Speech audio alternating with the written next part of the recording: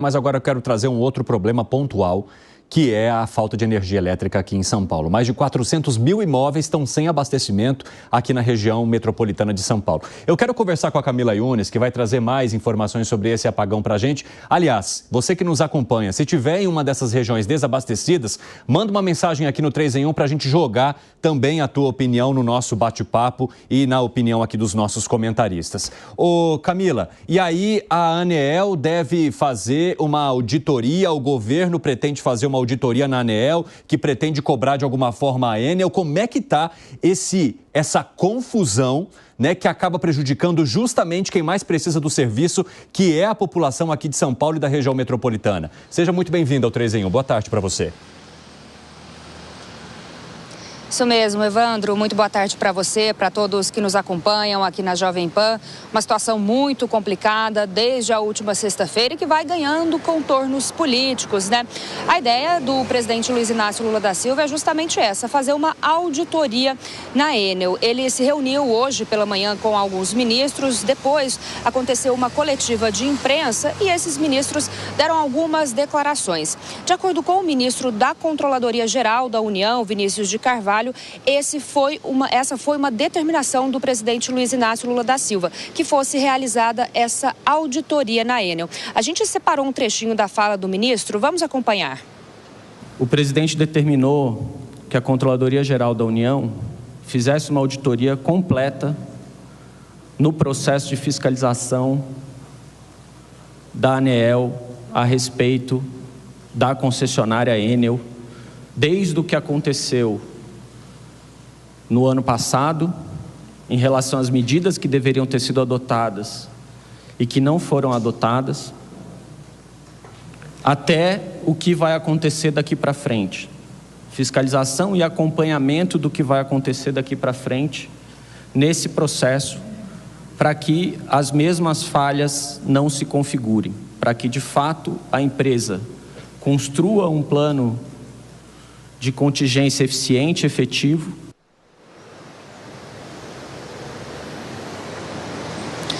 Bom, Evandro, quem também deu uma coletiva de imprensa no dia de hoje foi o ministro de Minas e Energia, Alexandre Silveira.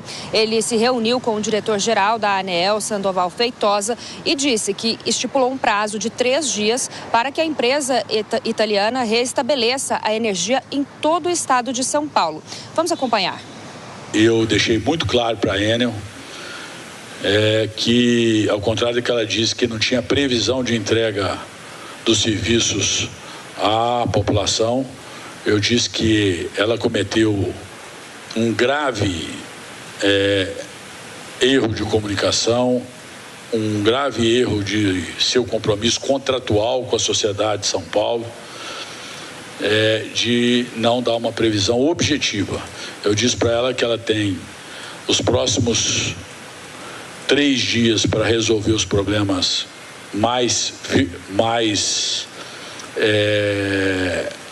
de maior volume, ou seja, ela só vai poder, ao final desses 3 dias, apresentar, se necessário, questões pontuais de locais onde ela não consegue ter acesso por fato superveniente.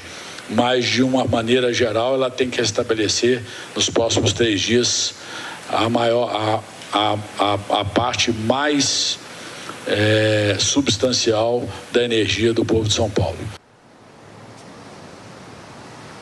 Bom, Evandro, a gente até lembra que no início do mês de setembro, a Enel realizou um evento para anunciar algumas medidas que iria adotar como plano de contingência para essas chuvas previstas nessas estações de primavera e verão. A gente sabe que acontece, né, esses volumes mais expressivos. E na ocasião, a Enel anunciou que iria aumentar o efetivo de funcionários, aumentar também a poda, os investimentos aqui em São Paulo, que seriam na casa de 6 bilhões de reais. E nessa mesma ocasião, a gente esteve presente, a gente acompanhou, o ministro de Minas e Energia, Alexandre Silveira, também esteve nesse evento que aconteceu aqui na capital paulista, e ele disse que a empresa estava ali em um caráter probatório, né, que ele estava avaliando como seriam essas condutas da Enel. Bom, hoje também o ministro das Relações Institucionais, Alexandre Padilha, ele falou em uma omissão por parte da Enel. Vamos acompanhar o que ele disse.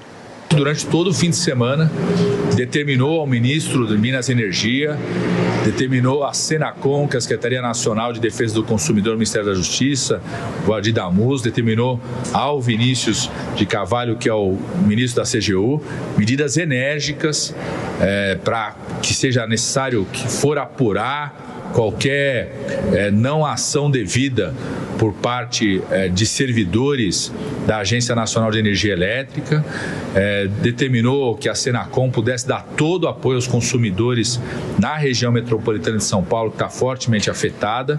A Senacom possa, inclusive, reunir informações que eventualmente tenha recebido também de situações de omissão de governos locais em relação a qualquer atitude de cuidado da população na região metropolitana de São Paulo. Olha, nós temos também a última nota que foi atualizada da Enel com relação a toda essa situação. A Enel diz que até as 14 horas do dia de hoje já tinha restabelecido a energia para cerca de 1.700.000 clientes, que estava atuando para retomar a energia para os outros 400.000 clientes que ainda estão sem energia. Uma situação muito complicada, né, Evandro? Pensa, desde sexta-feira, essas pessoas sem nenhum tipo de energia. A gente depende, né, dessa energia. Não tem como falar atualmente em ter uma qualidade de vida sem energia. Um outro dado que a gente traz também ainda com relação a esse assunto é que a Associação Comercial de São Paulo estima um prejuízo de 98 milhões de reais desde a última sexta-feira. Então a gente tem impactos econômicos também muito significativos, né, Evandro? Exatamente, Camila. Muito obrigado pelas informações. Bom trabalho para você. Se você tiver alguma novidade ou atualização sobre esse tema, por favor, volte aqui ao 3 em 1. A gente está falando de uma situação muito grave, principalmente porque é recorrente, né? Depois aquele temporal que vivenciamos aqui em São Paulo, em que ficamos vários dias sem energia elétrica, a gente esperava que, diante da cobrança que foi feita e justamente do discurso de tratar de maneira mais contundente essa possível omissão da Enel, que nós não viveríamos novamente uma situação parecida. E não é o que aconteceu. Foram ali 30 minutos de chuva muito intensa com vento forte e várias regiões de São Paulo e da região metropolitana ficaram sem energia elétrica que de alguma forma também em algumas áreas comprometeu o abastecimento de água, né, já que as bombas também ficaram desligadas, enfim. E toda a questão relacionada ao prejuízo de comerciantes, do setor de serviços e tudo mais. Como é que você avalia essa situação e principalmente o discurso que é adotado agora pelo governo federal de cobrar a ANEEL, de tentar revisar contratos, enfim, Gani, como é que você analisa toda essa situação? Olha, Evandro, a Enel tem que ser de alguma maneira responsabilizada, até porque ela se comprometeu com um plano de contingência e não foi cumprido. O que chama atenção aí não foi a falta de luz imediatamente após a forte chuva aqui na cidade de São Paulo. Isso é do jogo, isso acontece. O que chama atenção é bairros com mais de 2 dias sem luz. Até agora, eu acho que tem ainda bairro, né, sem região luz. metropolitana, principalmente. Exatamente. Então, isso é inadmissível. Uma megalópole como São Paulo, uma cidade com orçamento bilionário, né? E a Enel não consegue atender, não consegue resolver esse problema. Então, eu pergunto, cadê as agências reguladoras? Porque isso passa pelo papel das agências reguladoras como a ANEEL, né? Precisa dar uma resposta para a sociedade. Caso contrário, se chegar no extremo, não é uma situação simples, uma troca, né, de distribuidor e de contrato. Como é que você vai fazer isso? Como é que você vai operacionalizar? Mas se esse problema se tornar recorrente na cidade de São Paulo, vai ter que adotar uma medida extrema. A gente espera que não cheguem até lá, mas as autoridades têm que cobrar da empresa que está falhando no serviço ao seu consumidor. Agora, 4h28, quem nos acompanha pela rádio vai para um rápido intervalo. Daqui a pouco espero vocês. Nas outras plataformas seguimos. Fábio Piperno, como é que você vê também a movimentação das autoridades em relação aos contratos estabelecidos e aos serviços que precisam ser feitos aqui em São Paulo e na região metropolitana? Eu saí de São Paulo na sexta-feira à noite e cheguei agora há pouco. Fui para o interior de São Paulo, Araçatuba. Eu saí de São Paulo no momento em que começava o apagão, chego em Araçatuba, uma cidade que agora vive uma realidade de racionamento de água. Também, a exemplo da Enel, um fornecedor privado. Mas no caso da Enel, eu não sei mais, Evandro, o que é que falta ser dito. Todo mundo já esgotou o assunto Enel e o que está faltando são as autoridades tomarem algum tipo de providência, em multar mais, em obrigar ela a entregar determinado serviço, celeridade nos reparos. Quer dizer, a Enel é uma porcaria de um fornecedor, isso é fato. Agora, também não é fácil você tirar um fornecedor de um serviço complexo como é o de energia elétrica e arrumar outro amanhã. Não é assim, isso não é uma commodity. Você não está trocando o teu fornecedor de feijão, é uma outra coisa. Agora, vejam, eu acho que essas pessoas têm que responder, inclusive, de uma outra forma, se for o caso, inclusive criminalmente. Porque veja só o volume de prejuízos que essa empresa gera para vários negócios, para muitas atividades econômicas, para pessoas que estão, por exemplo, doentes, gente que não consegue, gente que sem elevador não tem como sair de casa para ir numa farmácia, para atendimento médico. Então, são os mais diferentes problemas. E não acontece rigorosamente nada. E a ANEEL também parece que cruza os braços e finge que o problema não é com ela.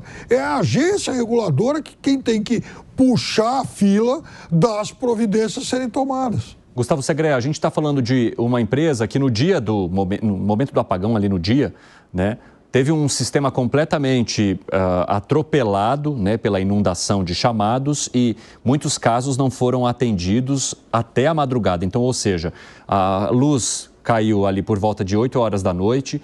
Só na madrugada que alguns consumidores conseguiram falar pela primeira vez com a concessionária para avisar que na região delas estava faltando energia elétrica, para aí as equipes serem mobilizadas e chegarem até esses locais. Começa com isso. Segunda questão, vários caminhões foram flagrados parados ali na sede da Enel, enquanto boa parte da região metropolitana estava sem energia elétrica, o que demonstraria também os equipamentos que ficam parados, mas que não seriam utilizados porque não há mão de obra ali disponível para isso, né? Porque a gente sabe também que houve uma redução da mão de obra desde que a concessionária assumiu o serviço. E isso veio à tona da última vez que nós enfrentamos o problema aqui na capital. E aí temos imagens, então, dos vários veículos, né, da Enel parados ali no estacionamento, quando, na verdade, o que se espera é uma mobilização completa. Inclusive, o governo federal falando nesta segunda-feira sobre a mobilização de outras concessionárias do país para auxiliar a Enel na retomada do serviço de energia elétrica para a região metropolitana aqui de São Paulo. Como é que se avalia todo esse pacote negativo para esse serviço aqui no país e que vem, inclusive, claro, com críticas sobre a privatização? Essa foto, Evandro, um tapa na cara. Seria a mesma coisa que uma pessoa ir com uma emergência médica, com problemas sérios de saúde, e o atendente dizer, o médico está em horário de almoço. Você fala, peraí, estou falando de uma emergência. É uma situação que, claro, não é corriqueira, mas tem que ter barreiras de contingência. A empresa está falhando por todos os lugares. Dá a sensação que ela quer perder a concessão. A primeira ideia que surge é, gente, é difícil ser tão ruim, ser tão incompetente com uma prestação de serviço. A agência reguladora dá a sensação de que não está tomando cartas tão firmes no assunto. Está certo, pode pagar a multa, mas imagina, a multa é uma sensação de reequilíbrio social, plural. A questão é, você, eu, alguém que está nos assistindo, que tem um problema de energia, eu estava ouvindo hoje de manhã, o David Tarso, por exemplo, ficou, 2 dias sem luz. Parece que hoje de manhã conseguiu restabelecer a luz. Estamos falando de um colega nosso. Imagina creches, imagina lugares de repouso de pessoas idosas, questões que afetam a vida das pessoas e que são muito complexas e que podem, inclusive, gerar problemas de saúde. Ou uma pessoa que tem, por exemplo, um atendimento médico com uma espécie desse sistema que está internado na própria casa e falha a luz. A pessoa pode perder a vida. Estamos falando de coisas muito graves. Então, aí é um momento em que tem que ter as autoridades, que são as que controlam e regulamentam as ações dessas empresas, tem que ter muita ação, muito rapidamente. Não é possível que tenha, num momento de apagão generalizado, um monte de lugares na cidade, um monte de carros que deveriam estar na rua para ajudar as pessoas que estejam guardados. E não é possível que uma pessoa está ligando desde 8 horas da noite para ser atendido de madrugada. Isso é uma falta de respeito para o cidadão e para o cliente. Não, e eu conto isso porque isso aconteceu exatamente no meu condomínio, né? É um relato pessoal, porque o síndico do condomínio onde eu moro, ele nos avisou ali pelo grupo dos condôminos, né, às 8 horas da noite, que eles iniciaram as tentativas de conversa com a empresa. E aí o retorno, a hora que ele conseguiu falar, já eram 2h30 da manhã, porque ele mandou novamente ali no grupo: olha, pessoal, só agora, por conta do sistema congestionado, eu consegui falar com a Enel e provavelmente a energia seja restabelecida por volta das 6 horas da manhã. Então, e olha que a situação ali, né, nem foi a mais grave, porque a energia acabou às 8 da noite e foi restabelecida às 6 horas da manhã. A gente está falando de pessoas que estão sem energia elétrica até hoje, pessoal. Começar a semana aqui em São Paulo, que já é extremamente pesada e cansativa, para muitas das pessoas que têm que se deslocar, né, passam um dia fora, dependem também de atendimento médico, muita gente precisa manter medicamentos refrigerados, tem a questão também das pessoas que dependem de aparelhos médicos, né, para sobreviverem. Isso é muito grave. Então, assim, é uma situação realmente muito crítica a que passamos por aqui. Fala aí, seu Zé Maria Trindade. Olha, há muito tempo eu venho chamando a atenção para as agências reguladoras. Eu defendo a privatização uma força muito grande. O Estado não tem que ficar tendo empresas, mas sim administrar, gerir e fazer a coisa funcionar. E toda privatização, quando houve a privatização, desde lá do sistema de telecomunicações, depois o elétrico, a ideia é que a agência funcionaria como um defensor do consumidor. E a gente viu que isso não aconteceu. De lá para cá, as agências foram aparelhadas e o mais assustador é que a gente está aqui acostumado a dizer que as agências são aparelhadas por políticos, mas, na verdade, foram aparelhadas por empresas que trabalham no setor. E não é só a ANEEL, que é a Agência Nacional de Energia Elétrica, mas a de águas, a de transportes urbanos, a de transportes terrestres, né? Então, a gente vê os ônibus não são de boa qualidade, chassi de caminhão, ou seja, a mola muito mais dura. A gente vê a vergonha que é a Agência Nacional de Mineração dizer que não tem pessoal, não tem fiscal para fiscalizar as mineradoras, uma atividade assim extremamente desagregadora e agressiva à natureza, não tem agência. E aí a gente descobre que as barragens não estavam sendo fiscalizadas pelas agências. As agências reguladoras, todas elas, se transformaram em cabides de emprego, e cabides de emprego com mandato, porque os diretores das agências têm mandato. Então, falta o quê? Esta fiscalização. Agora, as agências entram, né, no foco aí desta investigação do próprio governo e também no debate do Congresso Nacional. É preciso mudar alguma coisa. As agências dizem que não têm recursos, que não tem recursos, não tem fiscais, pessoal para fiscalizar. Mas se é assim, o que é que o diretor e o presidente estão fazendo lá, a não ser segurar o emprego e o salário? Tinham que denunciar: olha, nós estamos fechando a agência porque a gente não tem recurso, mas não pode essa impressão de que tudo está funcionando, de que tudo vai bem, e a agência, que é independente, não é nem de governo, ela é independente, por isso o mandato fixo, né, não está investigando. Veja o perigo que nós estamos correndo em vários setores. É a Anvisa, né, a terrestre, a que tinha que fiscalizar o fornecimento de energia elétrica. Então, o erro está na fiscalização. É aí que tem que centrar o Estado, e não em ter empresa. E não pode levar esse debate para a privatização. A privatização não tem nada a ver com isso. Bom, pessoal, a gente vai acompanhar essa situação envolvendo a queda de energia aqui em São Paulo, os atendimentos atrasados, né, e traremos mais informações para vocês aqui ao longo dessa edição.